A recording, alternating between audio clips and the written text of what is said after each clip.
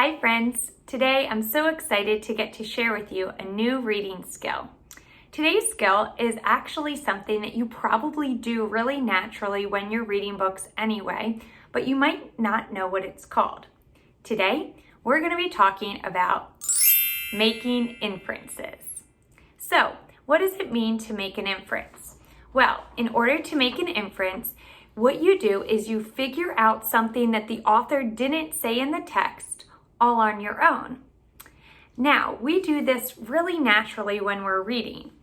The author typically doesn't tell us every single thing. Instead, good writers often show us by using really good descriptive language and words in their writing. And then you, as the reader, figure out what the author is meaning. Oftentimes, you often connect that with your own life. So the key to making a good inference is to take a clue from the text, from what the book says, and then combine that with what you already know or what you've experienced in your own life.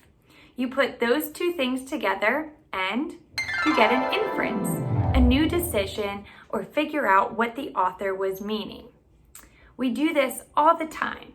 So, for example, if an author writes in a text that Caleb ran into the house, dropped his backpack on the ground, ran up the steps, slammed the door, and stomped in place,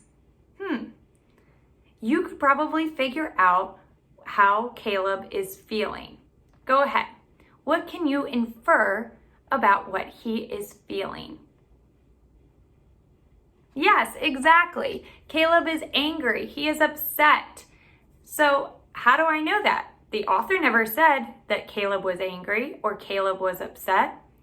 Well, the author didn't say those exact words, but he gave us important clues. It said that he ran into the house, that he slammed his backpack down, that he ran up the steps and slammed the door, that he was stomping in place.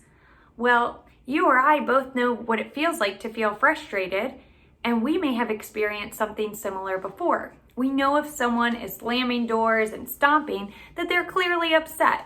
So we made an inference. We inferred that Caleb is angry based on the clues that the text told us.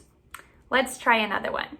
Let's say that a book said that Ted sat just staring at his TV in his bedroom. There were toys and clothes everywhere. He heard Mom coming up the steps.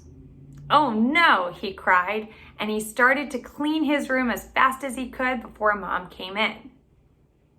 Okay, let's make some inferences. Let's see. First, the text said that Ted sat just staring at the television. Well, I can infer that if he's watching the television like that he must be enjoying the show.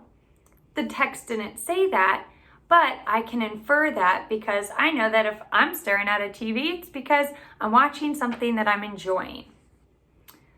The text also said that Ted had toys and clothes everywhere. What can you infer about that? Yeah, you can infer that Ted's room was looking messy, right? The book didn't say that it was messy, but obviously if there's toys and clothes everywhere, his room is messy. And then at the end of that little example, it said that Ted screamed, "Oh no," when he heard his mom coming up the steps. Well, what can you infer from that clue?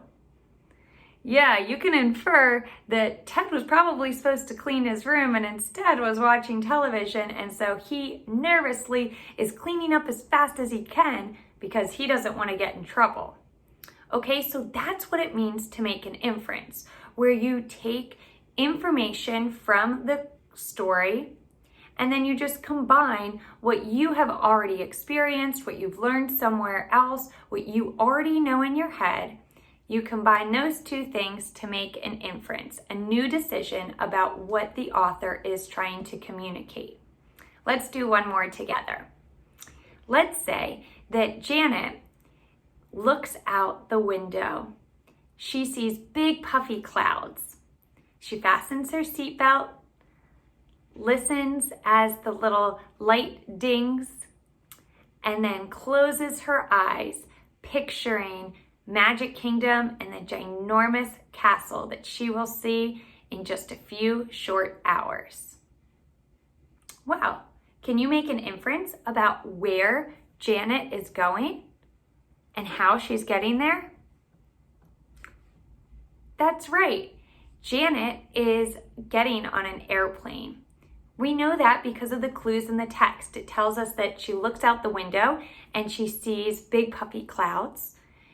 She fastens her seatbelt, and it says that she hears a special ding. Those are all indicators that she would be on an airplane. Also said that she can't wait to see Magic Kingdom and a big castle. So she's probably headed to Disney World. The author didn't have to say that she got in an airplane. The author didn't have to explain specifically that she was going to Disney World.